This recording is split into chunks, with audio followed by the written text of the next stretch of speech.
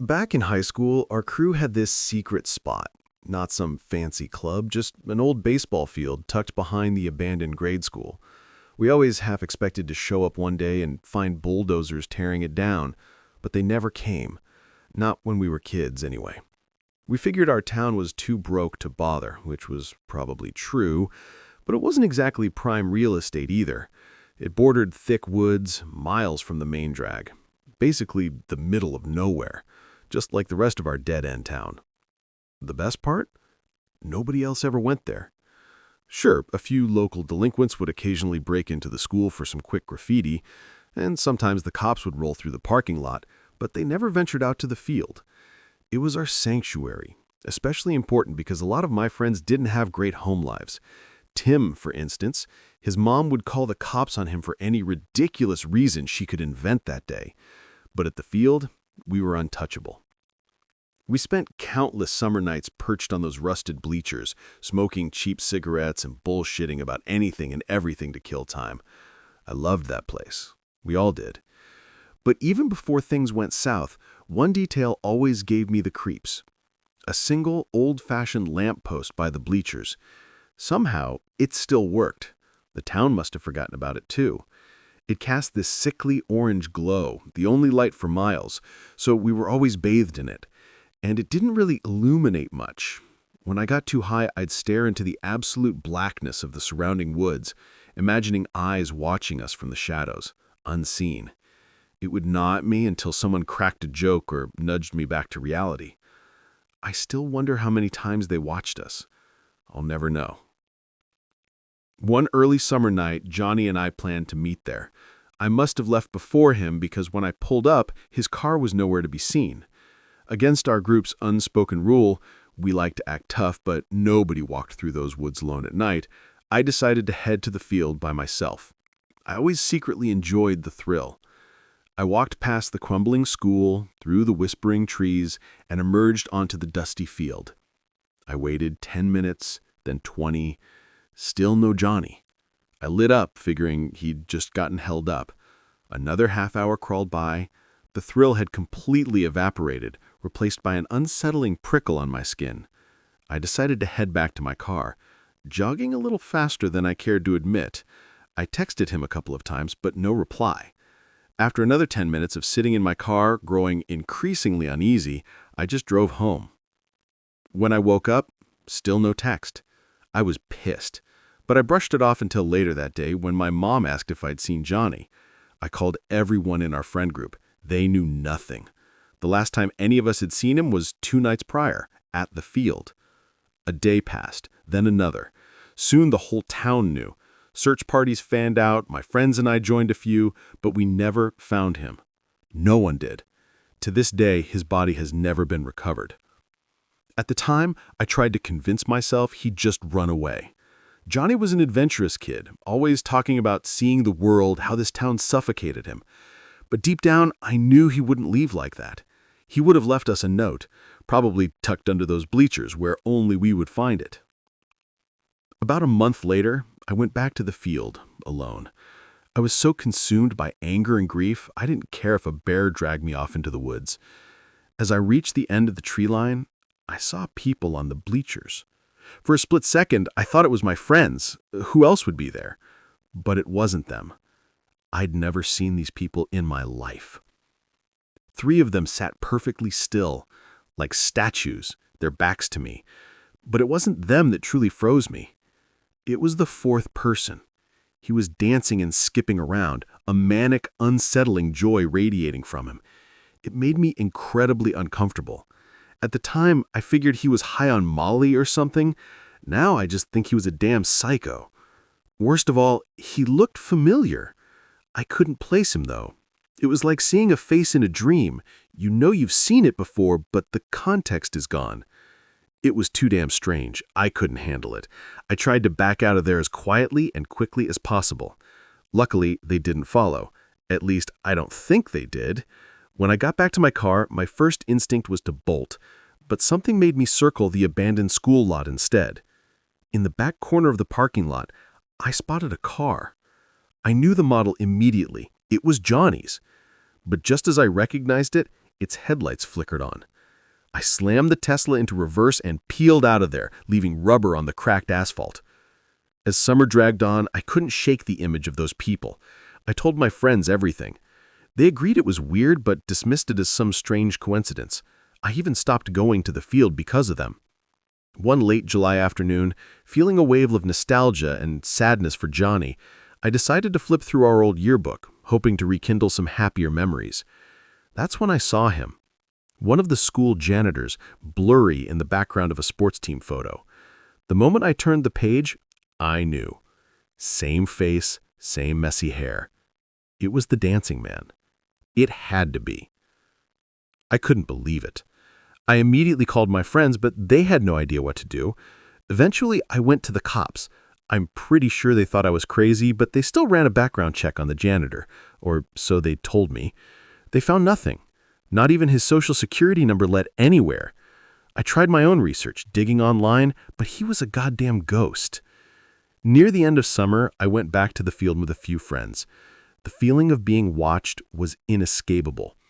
Every time my gaze drifted into the inky blackness of the woods, a cold dread would seize me.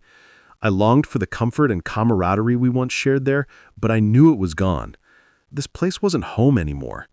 When I left that night, I never came back. Then, near the end of summer, I was at a Dunkin' Donuts, early in the morning.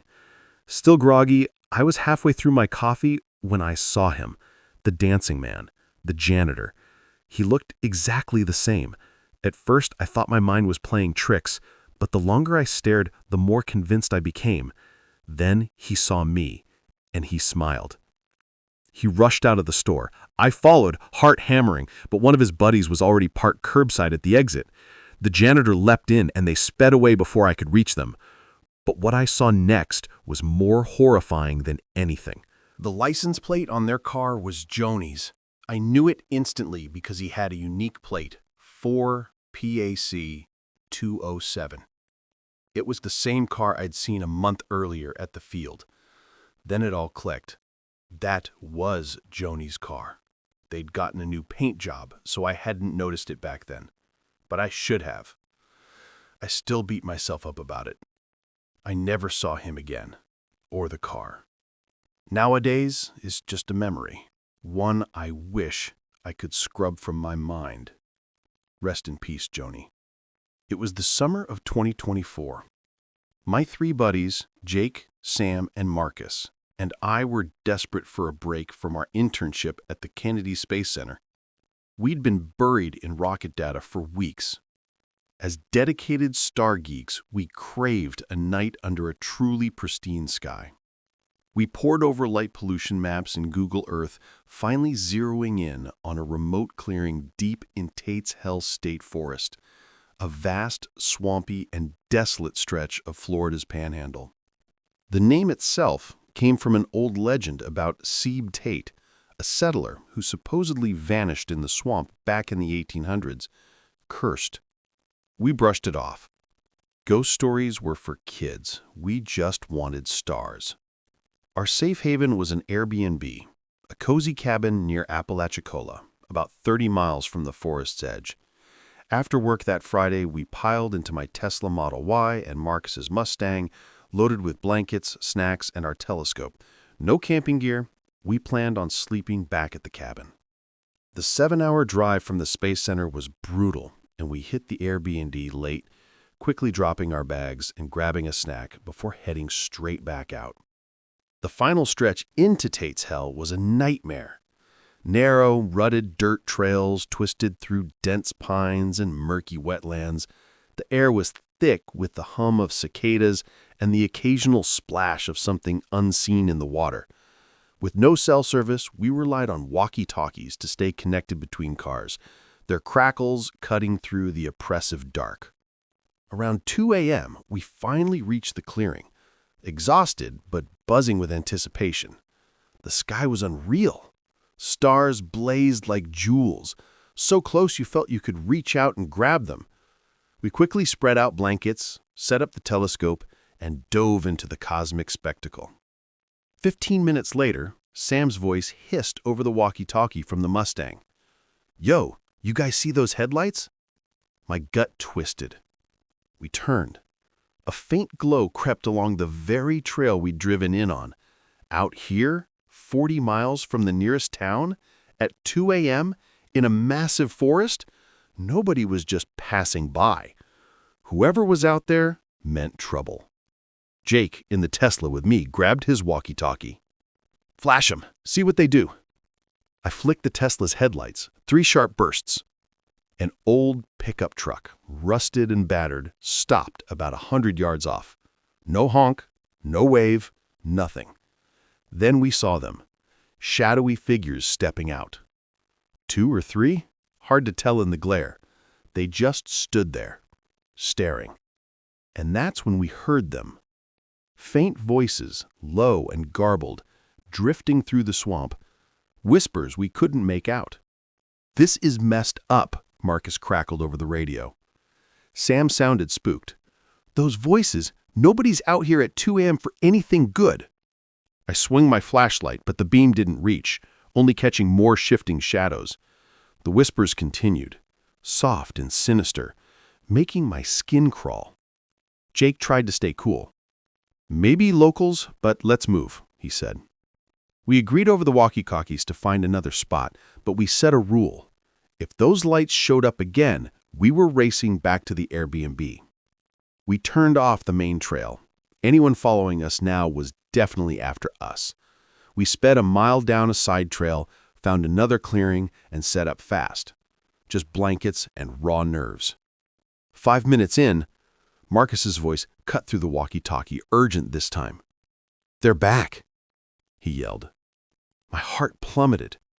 Those same headlights sliced through the dark, much closer now. Then came a gut punch, an engine rev, like they were doing it as a deliberate threat. "Get us out, now!" Sam screamed.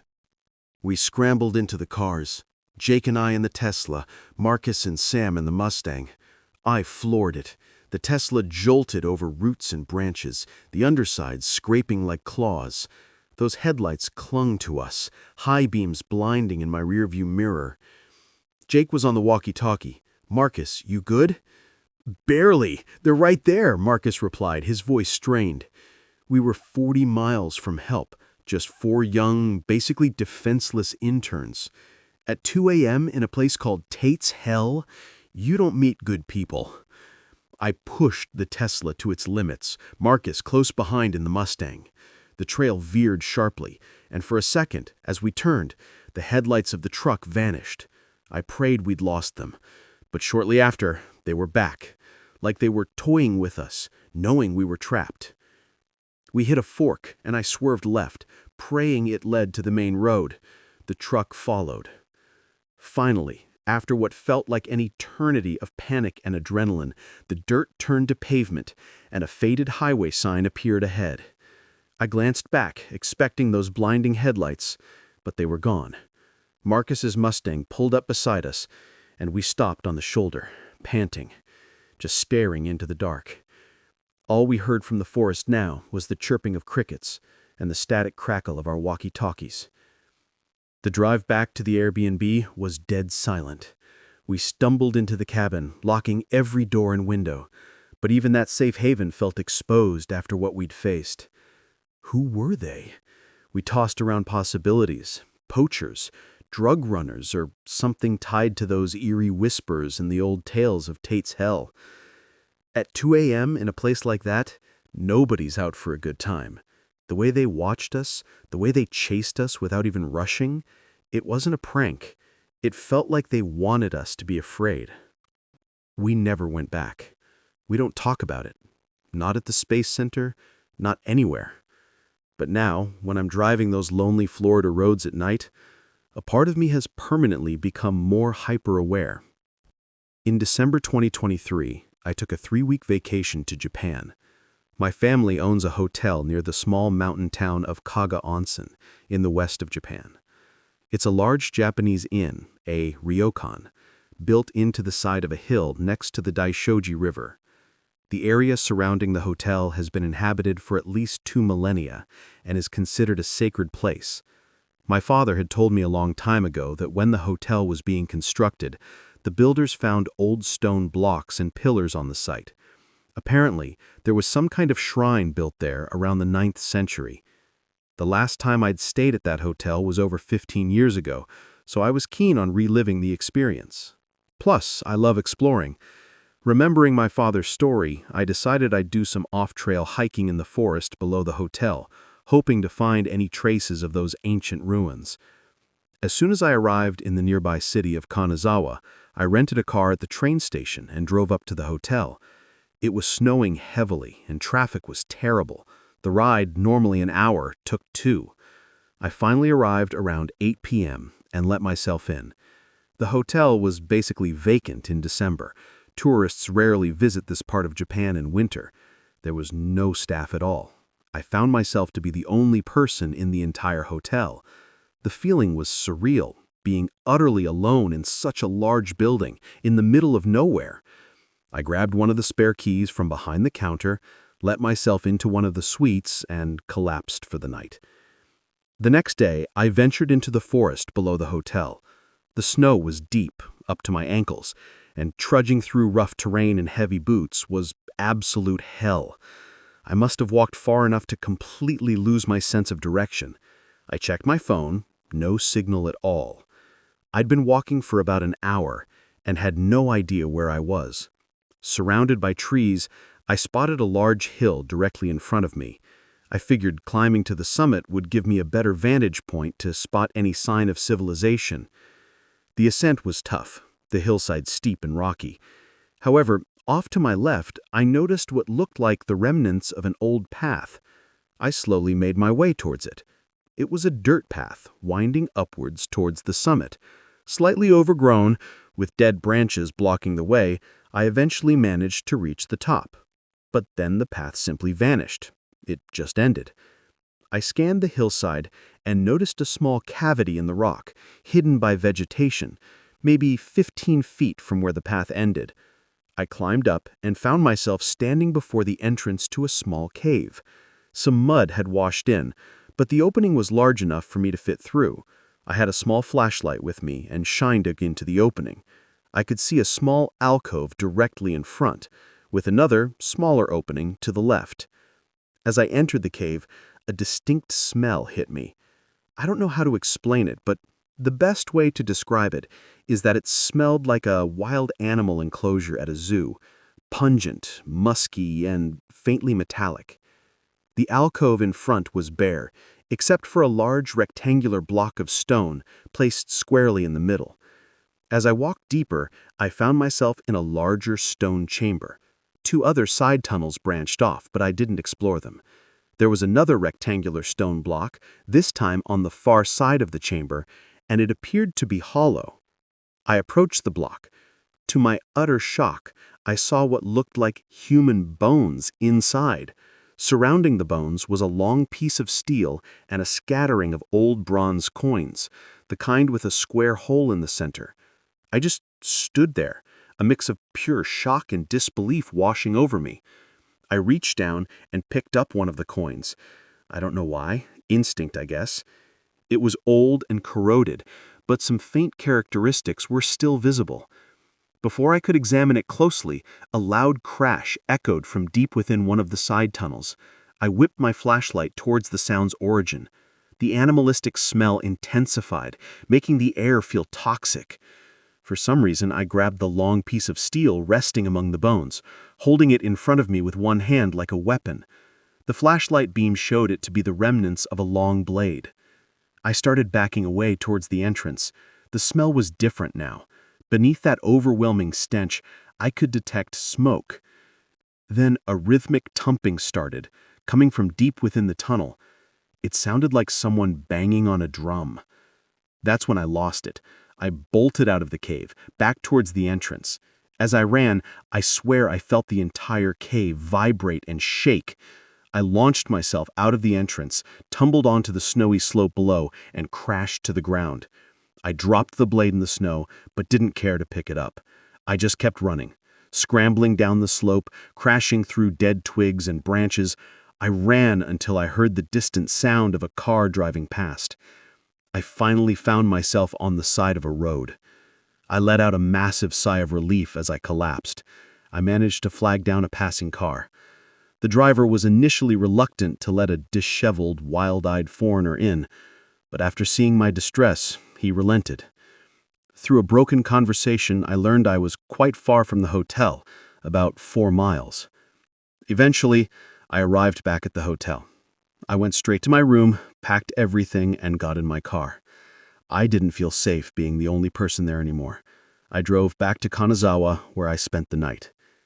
The story, though, has a follow-up. When the hotel was fully operational again in February, I got a text from my father. He told me someone had broken into the hotel through one of the first-floor windows. Surprisingly, nothing was damaged or stolen, except for the front door of my room, which had been smashed wide open with some kind of blunt metal object. I don't know if this is connected to my experience, but I'm definitely not staying at that hotel anymore.